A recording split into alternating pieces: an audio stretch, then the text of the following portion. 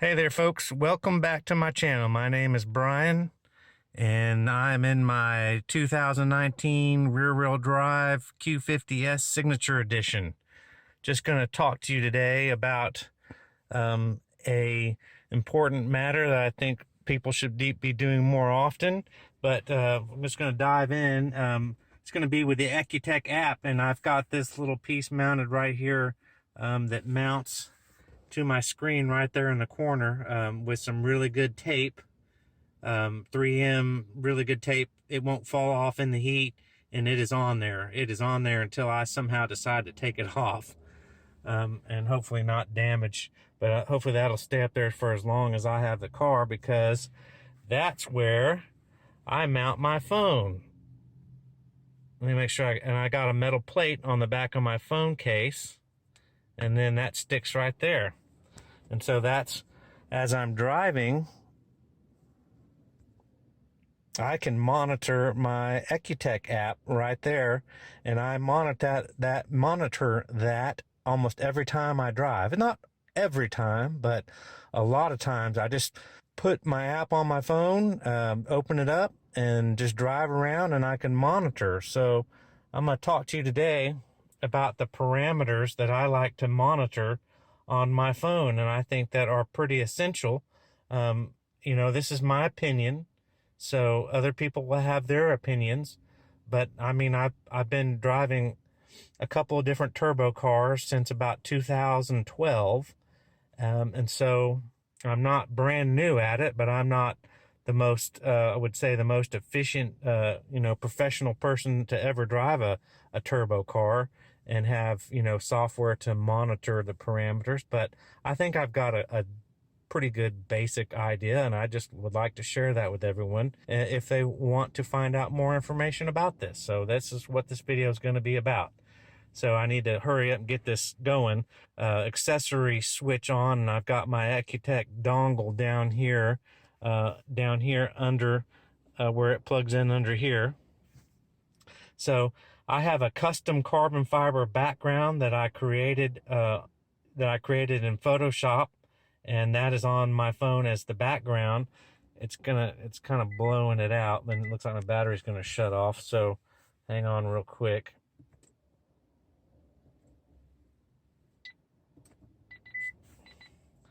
Okay, hopefully that'll keep it up.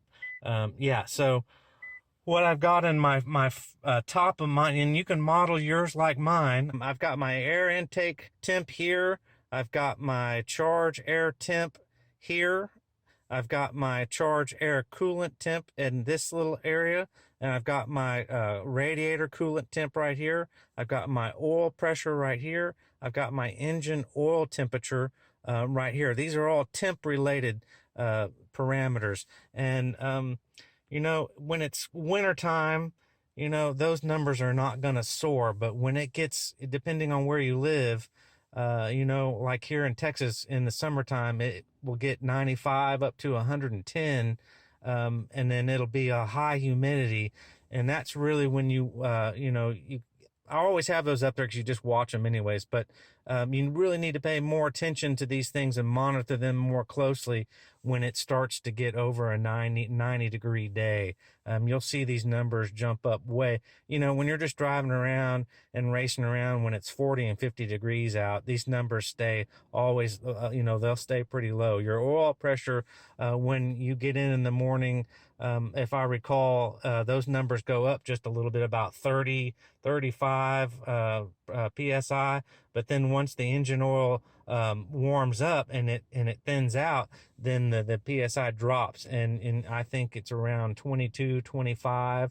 So that's the numbers you want to see with your PSI, and your you just want to make sure that that's registering and it's up in the 20s and not down in the zeros and the 0.5 and the 10 mark. Air intake temperature, that's always tends to be, if you're out on a 50 degree day and you've been driving around for any decent amount of time, 10, 15 degrees warmer than the air that's outside coming into your air box. That's the temperatures that I see there. These are just makeshift numbers because the car is not running. It's just in the accessory mode. Charge air temps, charge air temps. I have seen those, and that just depends. If you're taking short trips to your work for 10 minutes, those are going to stay really, really low. But if you're driving your car for an hour, those charge air temps are going to, if I remember correctly, climb up to about 100 and hover in that 100-degree plus range. Depending on how hard you're beating on the car, because it is a coolant and it's related to the coolant in the car. So I've seen on a 70-degree, 80-degree day that it'll get up to in the 100 degrees to 110, and then when you're pushing the car like on the track on a 70, 80-degree day, I haven't got it into the 100-degree days yet with this tune, but you'll see that jump up to, I think, around the 120 mark, which is that's fair enough. That's not anything dangerous. That's pretty normal. Even with a good heat exchanger, you're going to jump up in temperature when you're running the car, and it's not just short little trip jaunts, and then it's cooling all the way down, and then it's going to be primary when you're just driving the car, and then you're getting on it. You won't see big differences once it's warmed up. Your charge air coolant temp, that's the liquid, the coolant in the heat exchanger. So I think that will mimic that pretty closely. I'd have to look at my data logs and see, but I think that's in the 100 plus. When the car is running and it's been running for a while, which is perfectly adequate. This will get up to on a 80-degree day up. Normal operating temperature is close to 200, so that's not anything scary. But 105, 110, when you're pushing the car is not a dangerous thing. But you definitely don't want to be climbing above 125, 130, 140, or I'm sorry, 2 into the 220s might be, start to keep an eye on it. 230s, 240s. Definitely that's an area where there might be more alarm for concern. Try to figure out what's going on. Already talked about the oil pressure, the oil engine oil temperature. You get up in the morning and it'll be, and it's cold outside. It definitely will be a low number. You don't want to push the car or really be getting on it and on the accelerator hard. On a normal day here when it's probably 50 degrees outside in the morning, that'll jump up pretty quickly into the 110, 120, 130. And then I wait till it's over 160, and I consider 160, 170 to be a temperature that it's safe to start pushing the car a little bit, or whatever you want to do, push the car a lot. But 170 is a pretty good warm-up temperature. Ignition timing and knock retard are two things that I've been paying more attention to. These are just makeshift numbers again because the car's not running, but they kind of go hand in hand. Knock retard is an essential thing to kind of watch, because if you get bad gas, you fill up with some 93 octane, 92 octane, and they've screwed you around, or the pumps got mixed up. I've seen that before. Or it's crappy gas and your car starts pulling, showing knock. And you can individually monitor each cylinder, but you can do that on your data logging. But ignition timing correction, my car, when driving around the city, I guess you could consider that lugging the motor. When I'm not pushing it and I'm not driving aggressive, the car at low RPMs will pull some ignition timing. And so that's when you're going to see your negative. But as soon as I step on the throttle and get into the boost, that immediately jumps down to 0. And if I build boost, then it immediately goes to +1, +2, +3, and I've seen it as high as +4 ignition timing. So this is your data logging, how you can start your data logging button right there. So that is key to kind of have that. I have that positioned real close to where I can hit that with my finger, because that's been a problem before. If you don't hit that well enough, it won't activate, and then you don't data log your run, which is kind of frustrating.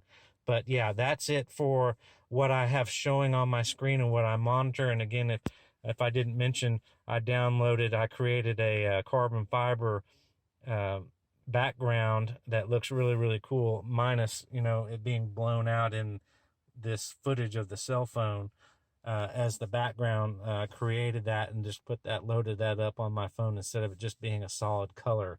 But yeah, so next I'm going to dive into what I will data log by when I push this button. All right, I'll go into the parameters and my phone is jumping in and out of focus. So, I mean, I don't know how otherwise to get it to hang focus. Maybe it's because of this bright screen.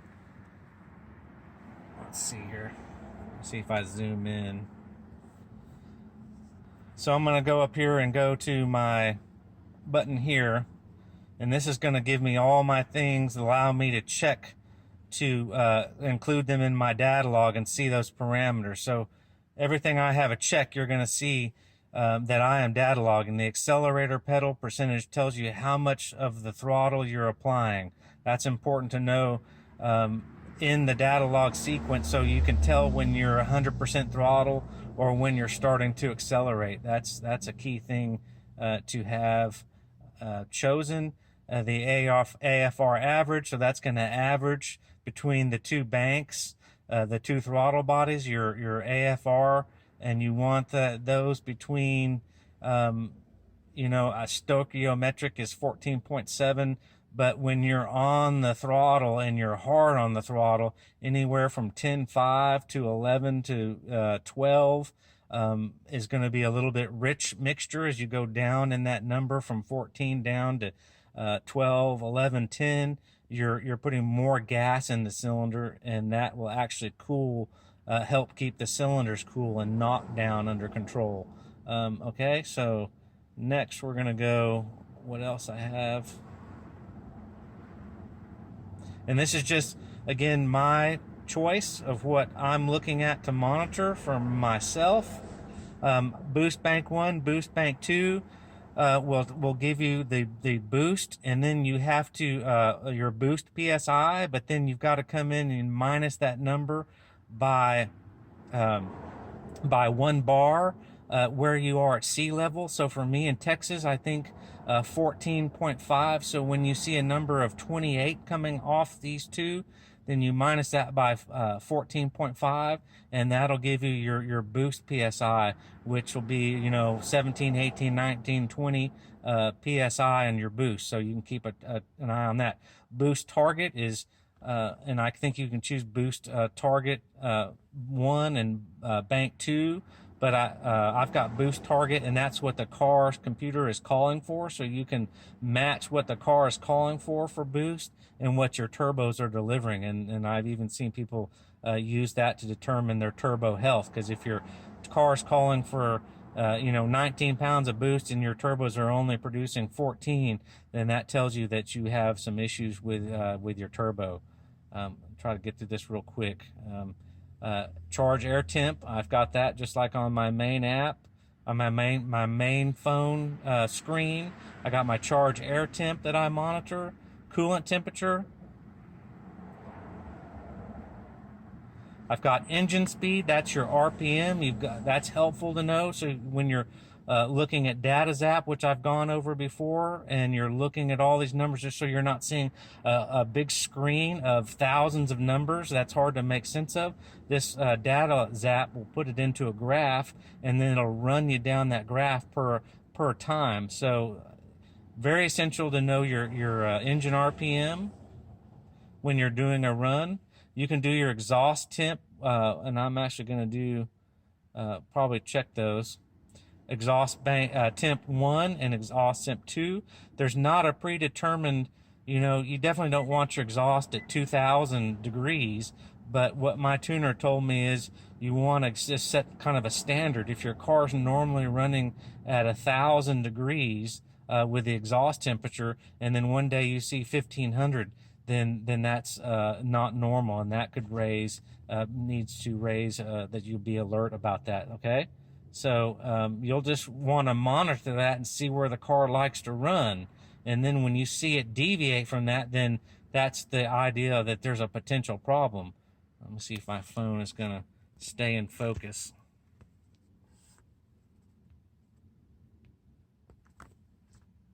Hang on. All right.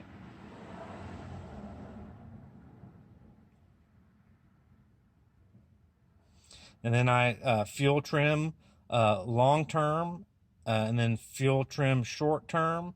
Those are anywhere from 100 to 92, 95. They'll hover up and down between there. My tuner said that's where you want to see those. I've got my current gear, so you know when you're looking at your Datazap Datazap log on the computer that you can see what gear you're in. This is all reference points. So that's a huge beneficial to see. Ignition timing correction, if your car is pulling timing or adding timing per gear, per boost, per throttle input. Very important. Intake air temperature, knock retard. I've discussed that. Those are sensors on your motor listening for knock. Knock is bad, and when it senses knock, then it pulls timing. Let me get through this. Torque actual, you know, that's give or take, but that'll show you what the car. Let's get it to hopefully. Okay, that just tells you what the ECU thinks the torque is that your car is seeing, so that might be beneficial. I don't want to actually hit that. Oh, take that off. Let's see. Vehicle speed, that's so you can look at your, the Datazap data logs and tell how fast you were going if something catastrophic happens or something you want to dive in and find more detail out. You can find all these parameters are going to be linked together. So you want to know vehicle speed, so you can go back and you can reference how fast you were going. And then I've got my wastegate, a whole lot of different wastegate positions that you can monitor, and I'm looking into that. Damn it, this car just constantly tries to shut off. And so you can monitor whether, I think that's everything. So I don't do any of the wheel speed. It'd be nice to have the rear wheel speed, because then you can see when your rear tires are losing traction, and then you could look at that in your data log and see when the numbers jump up real fast, then you're getting wheel spin. So the wheel sensors are up on the front wheels. So you can look at your wastegates. That'll help you determine, and I'm still working that out to even see, because the car's wastegates are electronically controlled, and so the car is determining when to open the wastegates to relieve pressure. So that might just totally blow off valves, the need for blow off valves out of the water. At this point, I have not determined that I am 100% sure that I need blow off valves, because the wastegate is controlled by the car, and the wastegate is a valve that releases excessive boost. And plus, this is an automatic transmission car, so with an automatic transmission, the throttle body is never totally closed. It always is open a little bit, which will not block the boost completely off and cause damage to the turbos. So that's a whole different thing to discuss and talk about, and that might be coming in the future. But you can monitor a lot of different wastegate things. But other than that, those are the things that I will log in the app. And so I will go back, and so let's see here. No, I don't want. I want to keep all those things. So I'm going to hit my back button, and then that'll be in my log. So this just shows you everything that you're data logging. This just confirms what everything you're data logging. So when you hit start, that's when it'll monitor all these parameters. Let me see here.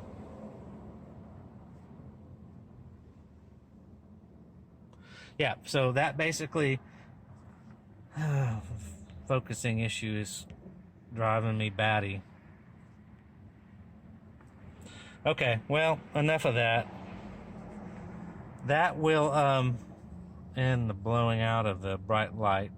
That will get you what how you can maybe set up your, so you can see how I have my screen set up on my phone, what things that I monitor all the time as I'm driving around, and then when I get heavy on the throttle, or I'm going to do a full pull, performance pull race, I'm gonna data log it so I can see all that critical information. And then if something goes wrong, or the car stumbles, or the car stutters, or the car shuts off, any number of things that can happen. And I mean, and it does. People may not tell you that, oh, my car's bulletproof. It loves its tune. It just does everything perfect. Nothing ever goes wrong. If that's working for you, then great. But through my experience of tuning this car and working with it, I mean, this is invaluable to when you've data logged and then your car does something quirky that you can take to your tuner and he can see the data. So that is so important. So with this in mind, you can set your phone up like mine, and you can start monitoring those parameters like I do. And if you have any questions on what you're supposed to see, I guess we can talk, and hopefully people will jump in and share their experience with how they have their setup and what numbers they think that they need to see correctly to have their car run right. So other than that, if you like this video, give me a thumbs up and share, all the good stuff, so that more people can see it, and I can get more people to subscribe. It's just fun to have more people like and watch your content. So with that said, have a great day, and I'll see you on the next video.